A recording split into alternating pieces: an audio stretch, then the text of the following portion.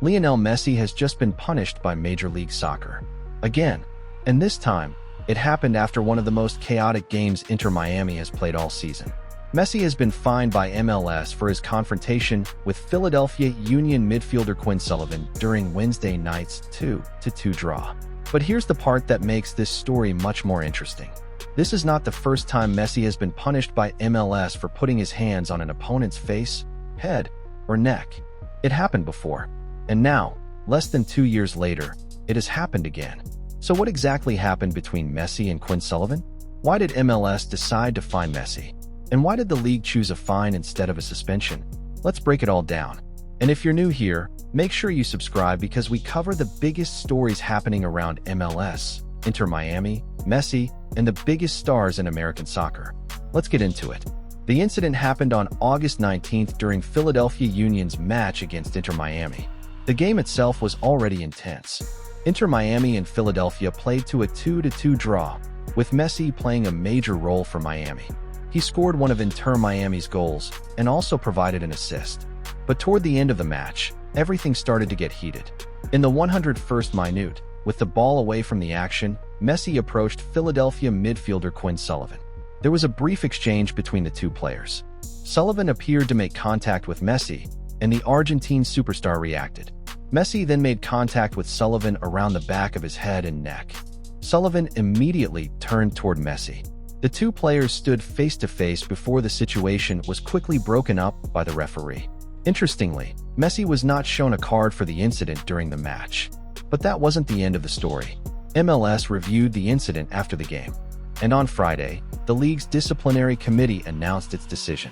Messi was fined an undisclosed amount for violating MLS's policy regarding hands to the face, head, or neck of an opponent. And importantly, Messi was not suspended. That means he remains available to play for Inter Miami. So, from a sporting perspective, Miami isn't losing its biggest player for the next match. But the fact that MLS decided to punish Messi is significant. Because this isn't the first time. Let's go back to February 2025. Inter Miami were playing New York City FC. After that match, Messi became involved in a confrontation with NYCFC assistant coach Mehdi Ballouchy.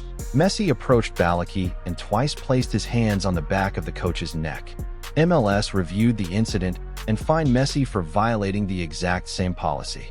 Hands to the face, head, or neck of an opponent. Luis Suarez was also fined for a similar incident involving NYCFC defender Birkrisa during the same match. So now we have two different incidents. One in 2025, one in 2026. And in both cases, Messi was punished financially rather than suspended. That's why the Quinn Sullivan incident has attracted so much attention. It raises a simple question. Is MLS becoming stricter with Messi? Or is Messi simply getting himself into situations he could easily avoid? Now, to be fair, the situation with Quinn Sullivan didn't happen in isolation. The Philadelphia Inter Miami match was already becoming extremely physical. There were confrontations involving several players during the final moments. Philadelphia's Kevin Sullivan, Quinn's younger brother, was sent off during the chaos. Inter Miami midfielder Yannick Bright was also shown a red card. And Inter Miami defender Ian Frey was separately fined for the same hands to the face, head, or neck policy. So this wasn't simply a Messi versus Philadelphia situation. The entire ending of the game had become chaotic. And that's important because it gives us some context. Messi clearly wasn't the only player involved in the confrontation. But he is Messi. And whenever the biggest star in MLS gets involved in something like this, the attention is automatically much bigger. There is also another interesting detail. Messi was having an emotional night. He scored for Inter Miami in the 2-2 draw, and the goal came during a difficult period for the Argentine superstar following the recent death of his father, Jorge Messi. So despite everything happening around him, Messi still managed to produce on the field. But then came the confrontation with Sullivan. And this is where opinions are going to be divided. Some fans will say, Messi was provoked. Others will say, it doesn't matter. He shouldn't put his hands on another player's head or neck. And honestly, that's probably where the discussion should be. Because MLS has a specific policy for this type of contact.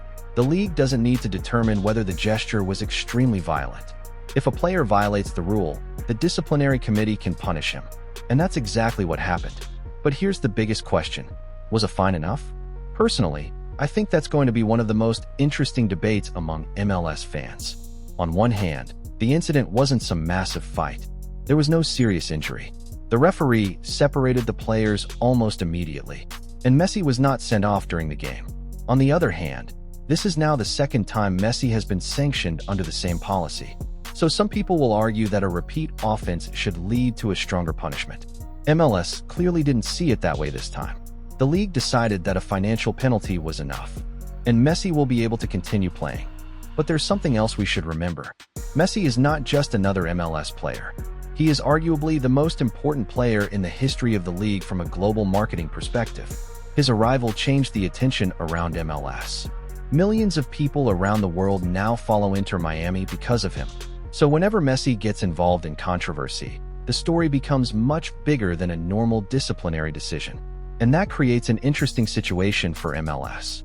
The league has to protect its rules and its image. But at the same time, it has the biggest global superstar in the competition. That doesn't mean Messi gets special treatment. In fact, the fact that he has now been fined twice shows that MLS is willing to discipline him. But it does show just how much attention every decision involving Messi receives. And there's one more reason this story could become bigger.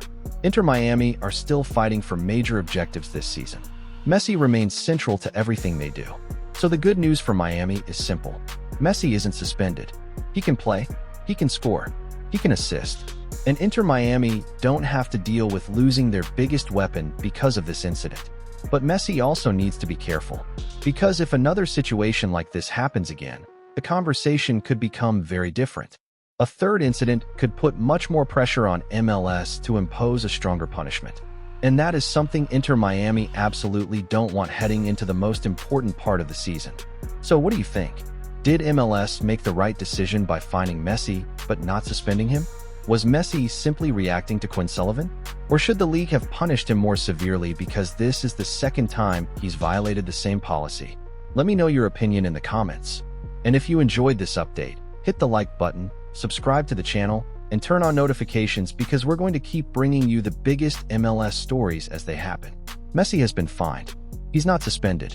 But after this second incident, one thing is clear. MLS is watching.